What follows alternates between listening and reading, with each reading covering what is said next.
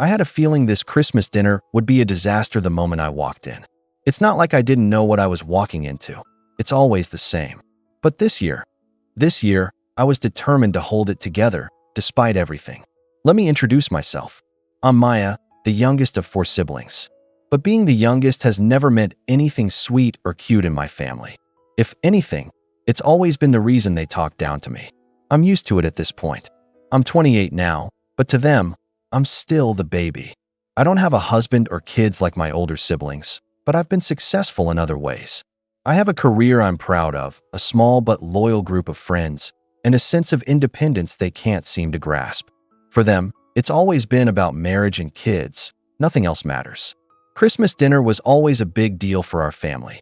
It's one of the few times of the year when we all gather at my parents' house, which is this massive, old Victorian place that's been in the family for generations. It's a house that looks perfect for family photos, but is a nightmare to clean. I'd always hated the place. It's cold and distant, just like my parents. But it's tradition, so every year, I go. Even though I'd rather be anywhere else, I go. Because, family. I showed up just after everyone else. My oldest brother, Chris, was already there with his wife and 3 kids, loudly setting up the table as if they owned the place. Then there was Amy, my sister, with her husband and their baby. Always perfect, always polished, always showing off their ideal life. My parents were in the kitchen, bustling around, acting as if they had everything under control while managing to make everyone feel like they were still 5 years old. As usual, I slipped in quietly, hoping to avoid the drama that was sure to unfold. When my mom saw me, her face lit up with that fake smile she always wore. The kind that made me feel like I wasn't really welcome, but I was tolerated for the sake of the holiday. "Maya, sweetie," she said, giving me a hug that felt more obligatory than affectionate. "So glad you could make it. Go ahead and grab a seat." I barely had time to respond before my dad called from the other room, his voice booming with that authority he used when he wanted to remind everyone he was still the man of the house. "Dinner's about ready. Chris, Amy, get the kids situated, please." I stood there for a moment, not sure what to do. I wanted to say something, but it was Christmas. I didn't want to make a scene yet. That's when my mom, in that subtle way she had of making everything feel like a lesson, spoke again. "Maya, why don't you sit at the kids' table? We've got a special spot for you there, with the cousins." I froze. I couldn't believe it. My mom, with her sweet, saccharine tone, had just asked me to sit at the kids' table, the one they set up every year with a mismatched array of chairs, paper plates, and half-hearted decorations. I glanced over to the dining room. The adults' table was set up beautifully, with fancy china, glasses of wine, and candles that gave the whole thing an elegant, grown-up vibe. There, at the head of the table, was my dad, looking as smug as ever, surrounded by my married siblings. No room for me, though. I looked back at my mom, trying to hold back the anger bubbling inside me. I could feel the familiar sting, the one I always got when they tried to remind me that I wasn't good enough in their eyes. It wasn't the first time they'd made me feel small, but this was different. This wasn't just a little comment or a side eye. This was deliberate. They knew what they were doing. I forced a smile, but it didn't reach my eyes. "Sure, Mom. Thanks," I said, trying to keep my voice steady. She smiled, too, but there was something in her expression, something that said she didn't really care about how I felt. This was all about keeping up appearances, making sure everything was perfect. I don't think she even realized how much it hurt to be dismissed like that. Without saying another word, I walked over to the kids' table, my stomach turning with every step. It wasn't like I expected anything better, but for a second, I thought maybe, just maybe, they'd treat me like an adult. I sat down at the little plastic chair, surrounded by toddlers who were more interested in their mashed potatoes than the awkward silence I felt in the air. My cousins were in their own little world, ignoring me completely. I stared at the plates in front of me, sloppy, unappetizing. It was like they didn't even try to make it look good. I could have sworn I saw one of the toddlers drop a chunk of broccoli under the table, and I wanted to scream. That was when it hit me. This wasn't just about the table. This wasn't about tradition or the holiday spirit. This was about them seeing me as less than. They weren't even trying to hide it anymore. And in that moment, something inside me snapped. I stood up quietly, the weight of the decision pressing on me. I didn't need to say anything. I didn't need to shout or make a scene. I just grabbed my coat, slung it over my shoulder, and walked straight for the door. As I opened it, my mom's voice called out, almost too late. "Maya, where are you going?" she asked, her voice now laced with confusion and a hint of irritation. I didn't look back. "I'm leaving," I said, my voice cold. "Enjoy your dinner." The door slammed behind me. The cold air hit me like a wave, but I didn't care.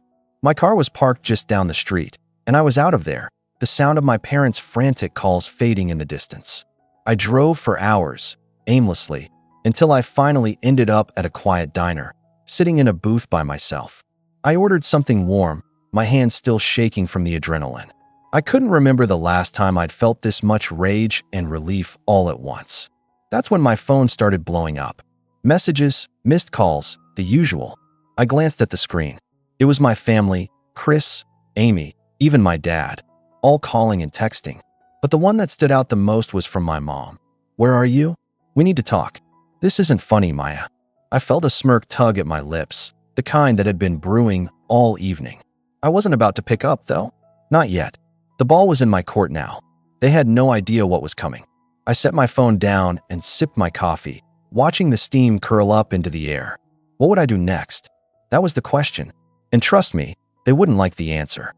I sat in that diner for what felt like an eternity, my phone buzzing every few minutes.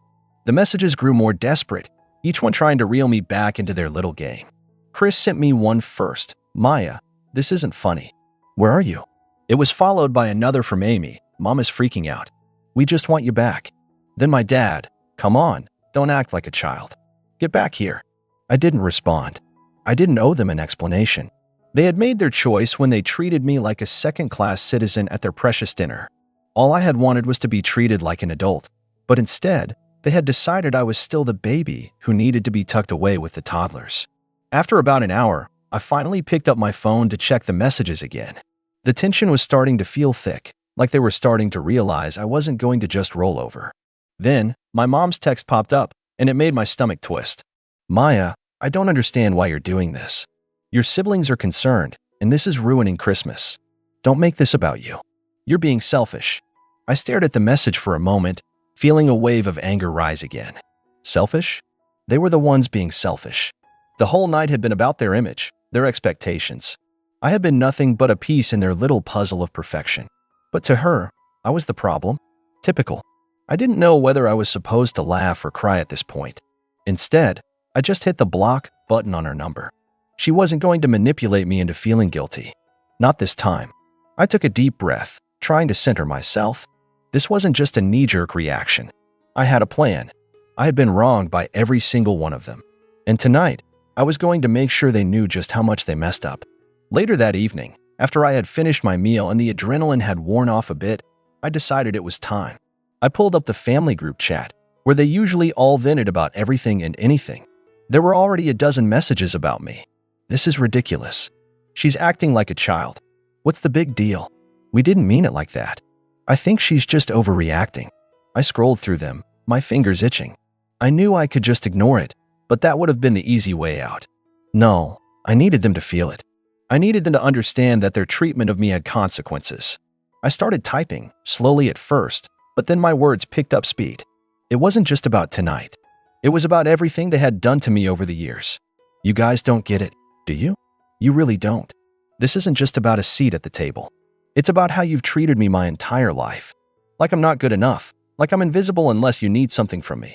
I'm the only one who doesn't get praised for following the same script you all did, get married, have kids, play the game. But I've built my own life, and I'm doing just fine, so maybe it's time you all recognize that. I paused before hitting send, letting the weight of my words sink in. For the first time in forever, I felt like I had control over the situation. I wasn't begging for their approval anymore. I wasn't going to be their little project. I pressed send. It didn't take long for the messages to flood in. My phone pinged over and over, each message more frantic than the last. The first one was from my dad. "Maya, this is ridiculous. You're being dramatic. Get over yourself." Amy quickly followed. "You can't just leave like that and not expect everyone to be upset. What did you think was going to happen?" Chris chimed in. "We didn't do anything wrong, Maya. You need to calm down and come back before we're all ruined by your tantrum." Each message hit harder than the last. They still didn't get it. They were still trying to pin it on me. still making it my fault that they treated me like garbage. I didn't respond. Instead, I did something I'd been thinking about for a while now. I opened up the Photos app on my phone and started scrolling. There it was, an old picture of our family, taken years ago, right before things really started to fall apart. A perfect Christmas photo, with everyone smiling and happy. Everyone except me, that is. I was there, of course, forced into the picture like an afterthought. But I knew the truth behind the smiles. I knew what had been said, what had been implied, all those years. I took that photo and, without hesitation, posted it in the family group chat. But this time, I added a caption. Here's to the perfect family, always making sure the youngest one knows their place. Then, I turned off my phone. I let the silence settle around me, feeling like I was finally free from their chains. I didn't know what would happen next, but I didn't care. They had pushed me too far. And now, I was done. I didn't check my phone for hours. It was almost surreal, sitting there without the constant buzzing and pinging from their desperate texts. The silence was oddly calming, and I felt a sense of peace that I hadn't felt in years. For once, I wasn't the one trying to appease them. I stayed up late, just thinking. I knew what they'd be saying behind my back, even though they didn't have the nerve to say it to my face. My siblings, especially Chris, probably thought I was overreacting, thinking I was just being the drama queen of the family again. But I wasn't. I was done playing the role they had written for me, and if they couldn't understand that, well, I'd let them deal with the fallout. Eventually, I plugged my phone into charge and, with a sigh, checked it again. The notifications were as relentless as I expected. Dozens of missed calls. Texts that ranged from angry to apologetic, but all of them coded in an underlying frustration. I scrolled through them all, reading their words with a sense of grim satisfaction. They were unraveling, and I wasn't going to make it easy for them to put everything back together. My mom's text was the longest. I don't know what's gotten into you, Maya. You're acting like this is about us when it's really about you. You can't just run away from your family like this. You're tearing us apart. Please come back. Christmas is ruined without you. This isn't who you are. There it was, the guilt trip. The attempt to twist the situation so that I was the bad guy. They always did this, made me feel like I was the one causing trouble for wanting to be treated like a grown-up. Then, my dad's message. This is childish. We need to talk about this when you calm down. And of course, Chris, if you think walking out of the dinner was going to make a statement, you're wrong. You're making it worse. You owe us an apology. An apology? For what? For standing up for myself for once? For demanding to be seen as an equal in a family that only valued me when it suited them? No, I wasn't apologizing for anything. But then, there was Amy's message. It was different from the others. It wasn't angry or demanding. It was almost pleading. Maya, I know you're upset, and I understand why. But this isn't the way to fix things. You're my sister, and I love you, but you're pushing everyone away. Please, just come home. We can talk about this. It's Christmas, for God's sake. I stared at her words for a while. I had always been close to Amy. She was the one who used to defend me when the others would gang up on me as a kid. But now, I wasn't sure if I could ever trust her again. Not after everything she had let slide, everything she had silently endorsed when she knew it was wrong. I took a deep breath, my thumb hovering over the screen. I wanted to respond. I wanted to explain to her that I wasn't being a diva or causing drama, that I was standing up for myself, that I was tired of being treated like the perpetual child in the family. But I didn't. Not yet. Instead, I typed out a short reply. I'll think about it. I sent it and set my phone down, feeling a pang of guilt. But I shook it off. I knew I couldn't go back to that table, not without a serious change in how they viewed me. And I wasn't about to let them brush this under the rug like it was nothing. The next morning, I woke up to even more messages. Some were from family friends, asking where I was. They were genuinely concerned, but I didn't feel like explaining myself to anyone who wasn't part of the problem. And then, of course, there was a barrage of calls from my mom. But there was one message that stood out. It was from Amy again. Maya, I've been talking to Chris and Mom. They're really upset, and honestly, so am I. We're a family. You can't just isolate yourself from us like this. If you don't come home soon, it's going to get worse. Please don't make this more complicated than it has to be. More pressure, more manipulation, and still no understanding of what I was going through. They weren't hearing me. They weren't listening. I knew what they were doing, what they always did. They were trying to guilt me into coming back, trying to make me feel like the one causing all the problems, when in reality, it was their refusal to see me as anything more than the youngest child that had been the problem all along. I picked up my phone, opened the group chat, and stared at the screen. My fingers hovered over the keyboard as I debated what to say. I wanted to make my stand, to make them understand exactly why I was done with their treatment of me. But the truth was, I wasn't sure I was ready to go back yet. Not until I was certain they had changed. Until I was certain they saw me for who I really was. And then, my phone buzzed again. This time, it was from my dad. "Maya, we need to talk. You can't just keep running away. You're going to regret this." It hit me like a ton of bricks. The same words, the same manipulative guilt trip. I could feel the tension building, like the walls were closing in around me. But I didn't respond. Not yet. The day dragged on, and with every hour, I felt the pressure of their texts, their calls, their attempts to reel me back into their orbit. But no matter how many times my phone buzzed, I kept my distance. I had made my choice, and I wasn't about to let them bully me back into the role they had cast me in. As evening approached, I found myself sitting alone, staring at the empty chair across from me, where I would have been sitting if I had gone back. A part of me, an old part, wanted to give in, to go back and make nice. It was Christmas, after all.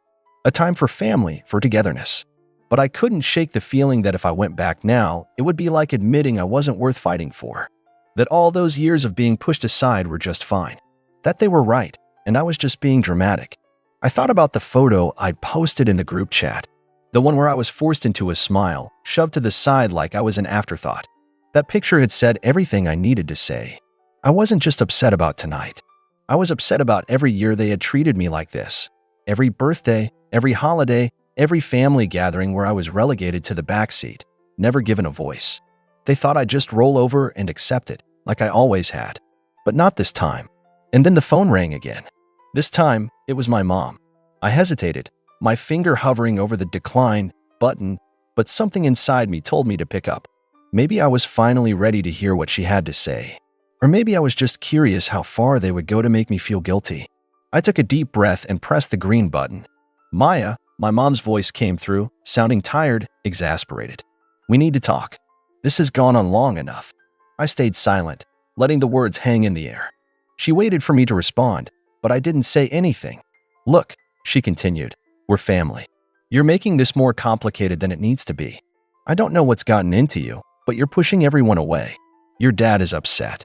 Chris is upset. She paused, clearly trying to gather her words. "I'm upset, Maya."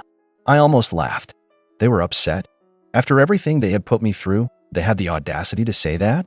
I could feel the old anger bubbling up, but I swallowed it down, not wanting to let her see how much she still got to me. "I'm not pushing anyone away, Mom," I said, my voice calm but firm. "I'm just not playing your game anymore.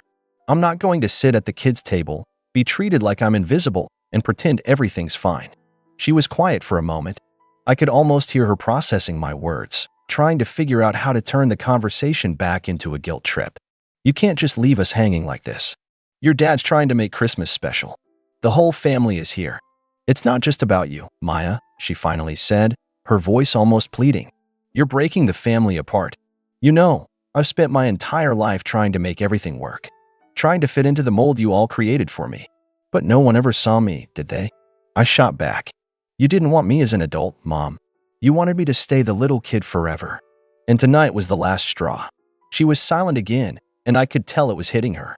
For the first time, she was hearing what I was really saying. It wasn't just about the seat at the dinner table. It was about how I'd been treated all my life. "I'm sorry, Maya," she said finally, but her voice was soft, uncertain. "I didn't know you felt that way." "Yeah, well, it took me a long time to realize it, too," I replied, my voice softening just a little. "But I'm done pretending." There was a long pause, and I could feel the tension in the air, even over the phone. For the first time in forever, I felt like I was finally being heard, like I had control over the situation. And it felt good. It felt empowering. "Finally," she sighed. "I get it. I really do. But I'm still your mother, and I just want us to be a family again." I let her words hang in the air for a moment. There was a time when I would have run back to them, desperate to make everything okay. But I wasn't that person anymore. I had learned the hard way that they would never change unless I forced them to see me as an equal. "I'll think about it," I said, repeating my earlier response, but this time it was different. It wasn't about me caving in. It was about taking my time. It was about them realizing that I wasn't just some afterthought. that I wasn't going to let them pull me back into their toxic cycle without change. "All right," my mom said softly. "I hope you'll come back soon. I just want you to be happy." I hung up the phone and sat back, breathing deeply. It wasn't over. It wasn't a neat, clean resolution. But for the first time in a long time, I felt like I had taken control of the situation. I wasn't going to let them walk all over me anymore. And maybe, just maybe, they would finally see me for who I really was. I put my phone down and stared out the window, watching the snow fall softly in the darkness. I didn't know what the future held, but for the first time in years, I felt like I was finally free. And as for Christmas, it wasn't ruined. Because for the first time in my life, I was going to take care of me. The rest could wait. As I sat there, letting the snow fall gently outside, I couldn't help but wonder, did I do the right thing? Or did I just walk away from something that could have been fixed? Let me know in the comments.